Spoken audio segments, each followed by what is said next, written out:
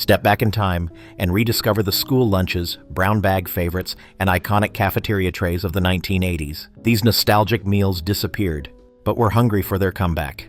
Let's dig in. If you grew up in the 1980s, chances are you remember school pizza day. The pizza came in large rectangular slices, served on flimsy cardboard trays, and cut into perfect squares. It was greasy, chewy, and somehow always just right, even though it looked mass-produced. The crust was thick and spongy, the sauce a little sweet, and the cheese melted into a golden brown layer. No one expected gourmet, just that comforting cafeteria flavor. This style of pizza became iconic thanks to bulk school lunch programs and frozen food suppliers. But as nutrition guidelines evolved in the 1990s and 2000s, this greasy indulgence was replaced with healthier, thinner options. Despite its demise, many still crave that old-school cafeteria flavor. Today's pizza just doesn't hit the same. Some retro-inspired restaurants have tried to revive it, but nothing beats the real thing. Craving a second slice already? Hold on, we've got a fruit-flavored lunch classic coming up next that made everything brighter. No 1980s lunch was complete without something neon, and Ecto Cooler fit the bill. Released in 1987 as a tie-in to the real Ghostbusters, High C's Ecto Cooler was a fluorescent green citrus-flavored drink packed in juice boxes. It was zany, sweet, and instantly recognizable thanks to Slimer's grinning face on the front. Kids couldn't get enough, and parents stocked pantries with cases of the stuff. Originally a rebranded version of High C's Citrus Cooler, the Ecto variant outlasted the cartoon by more than a decade. But by 2001, the slime had dried up. High C retired the flavor, despite fan pleas. A limited-time revival in 2016 sparked a nostalgia frenzy, but it disappeared again just as fast. The drink was pure 80s magic, wild branding, bright colors, and a sugar rush in every sip. Would we drink it today? Absolutely, especially if it came with our next entry, a savory, snack-sized treat straight from every kid's lunchbox dream lineup. Before charcuterie boards became social media gold, kids had their own version. Lunchables. Introduced in 1988 by Oscar Mayer, the original ham and cheese with Ritz crackers combo was an instant hit. It was simple. Stack your own meat and cheese bites with a few bonus cookies or a mini Nestle Crunch. More than food, it felt like a build-it-yourself experience. Kids loved the independence. Parents loved the convenience. Plus, it made any lunch feel just a bit more special. While Lunchables still exist today, the original 1980s versions were smaller, simpler, and arguably more delicious. Over time, the formula changed, and flavors evolved into pizza, tacos, and nachos. But there's something about that first ham and cheese combo that still hits. It was salty, crunchy, and pure childhood joy. Ready for more retro flavor? Before we go big, let's go tiny, with a pudding snack that came with its own little treasure. Before plastic cups took over lunch shelves, pudding came in real shiny metal cans. In the 1980s, snack pack pudding was sold with pull-tab lids and no included spoons, just pure chocolate or vanilla goodness waiting inside. The cans had weight, and peeling back the metal lid gave the experience a special kind of excitement. Kids would either dig in with a spoon they brought from home, beg a lunch aide for help, or, in desperate moments, just use their fingers. The texture of the pudding was thick and cold, and it somehow tasted better in metal than today's plastic versions. The design gave each serving a feeling of importance, like you were unsealing treasure. By the early 1990s, the cans were replaced by plastic for safety and cost reasons, which made sense. But the experience lost its charm. Today's pudding feels more disposable, less magical. For many kids of the 80s, that little can symbolize a small, rich moment of joy. Peanut butter and jelly had nothing on this gooey masterpiece. The Fluffern Nutter, a glorious combination of creamy peanut butter and marshmallow fluff, was a lunchbox legend in the 1980s. Sandwiched between two slices of soft white bread, it was sweet, sticky, and totally satisfying. Popular in the Northeast and spreading across lunchrooms everywhere, the Fluffern Nutter felt like a treat disguised as a sandwich. It gave kids a sugar boost and a messy smile every time. The recipe was cheap, easy, and beloved, but as schools became more health-conscious and later peanut-free zones emerged, the Fluffern Nutter began disappearing from cafeterias and lunchboxes alike. Marshmallow fluff still exists, and diehards keep the tradition alive, but it's a rare sight in today's kale and quinoa world. Yet for those who remember, the Fluffern Nutter was pure lunchbox rebellion. Did you ever unwrap one of these sweet sandwiches during recess? Let us know in the comments. There was nothing like that little brown carton of chocolate milk to make lunch feel complete. Served ice cold and straight from the cafeteria cooler, it was often the highlight of a school tray. Creamy, sweet, and perfectly chilled, the taste was unmistakable, especially when paired with salty pizza or a peanut butter sandwich. These cartons weren't just about flavor. They were a ritual. You'd shake them, pop the top open with your thumb, then try not to spill as you drank. Most schools served chocolate milk daily, and some kids chose it over regular milk every time.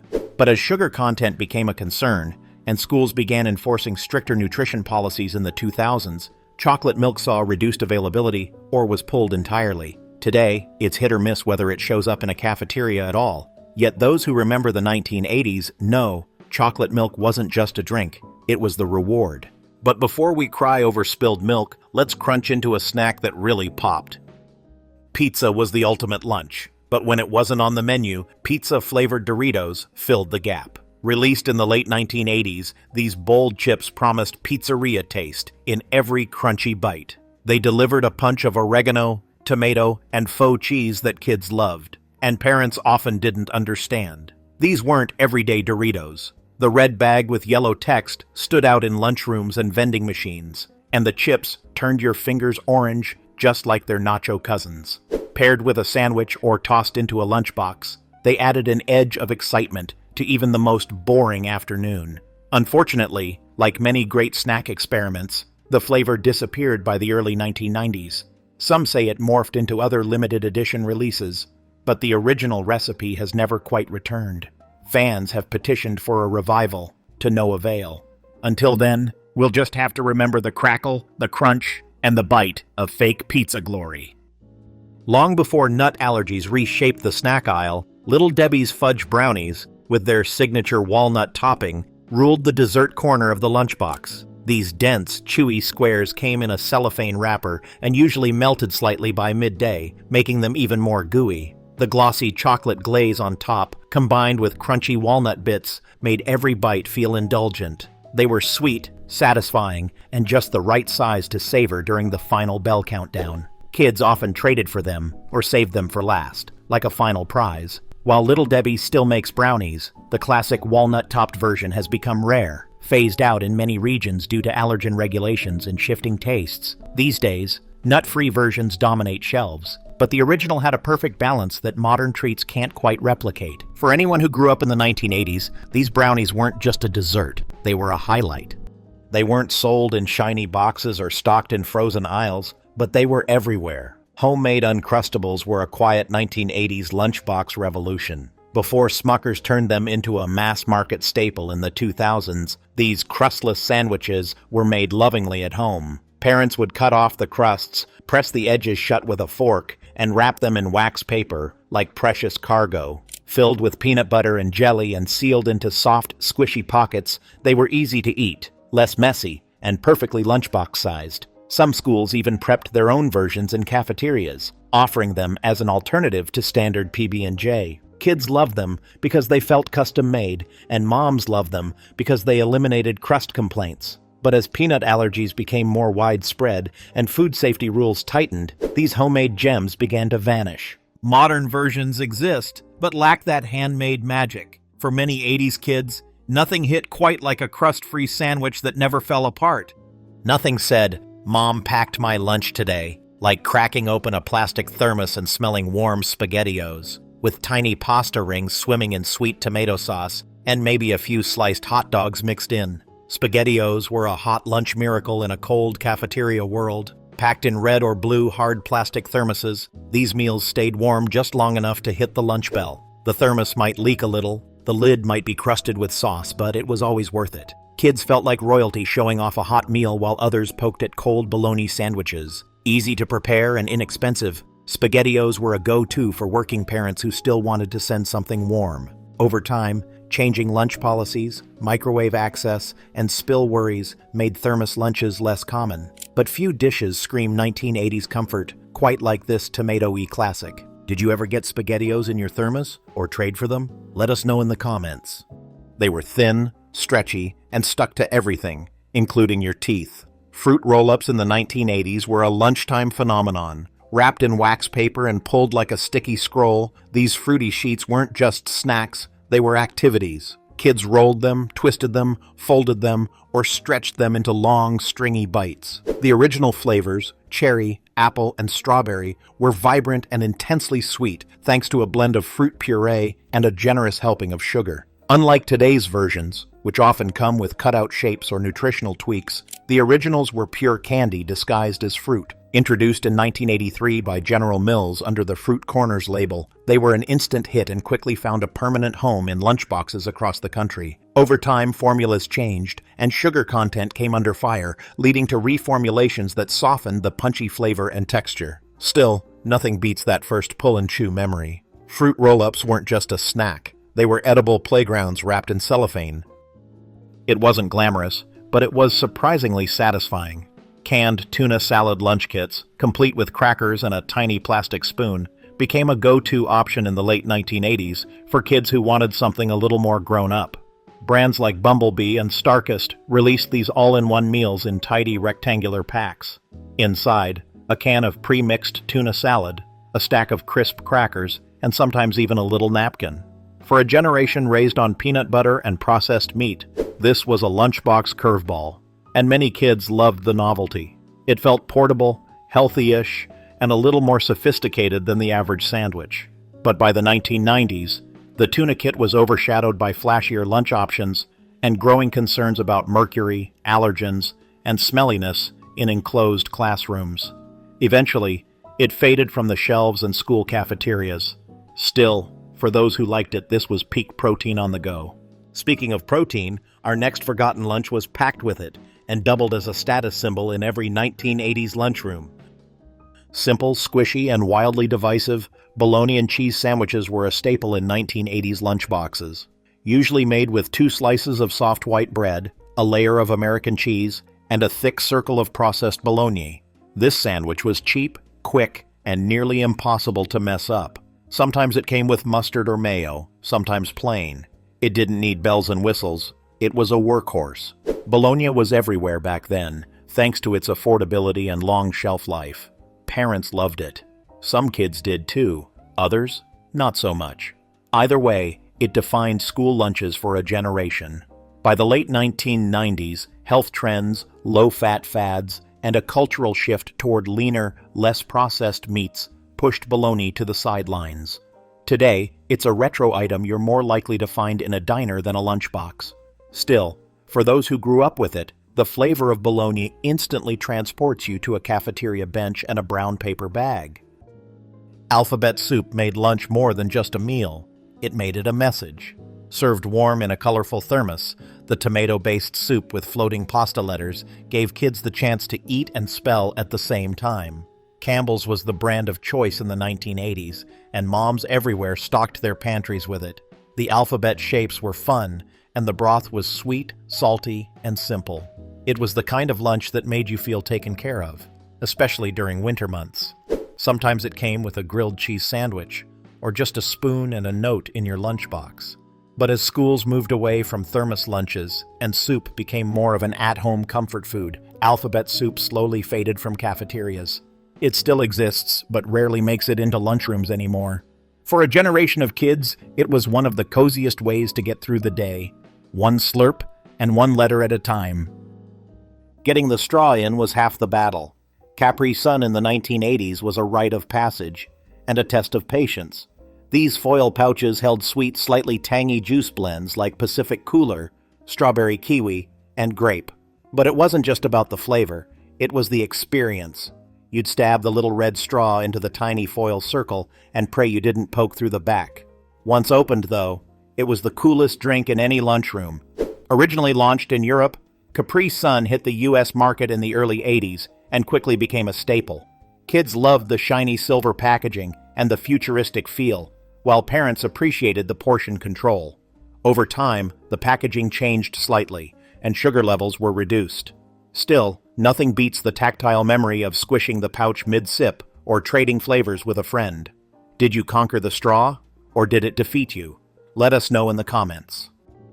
Bright orange, impossibly airy, and coated in neon powder, cheese balls were a lunchtime dream for any 80s kid. Sold in individual-sized mini canisters or packed into plastic baggies from home, they added a perfect salty crunch to any sandwich combo. Planters launched the most iconic version in the late 1980s, and their signature blue became instantly recognizable in lunchrooms. The texture was half the fun. Crispy, then melt-in-your-mouth cheesy. They were messier than chips, and often left fingertips glowing orange, but that was part of the appeal. These weren't just snacks, they were edible entertainment. Eventually, concerns over artificial coloring, preservatives, and healthier snack alternatives led to their downfall.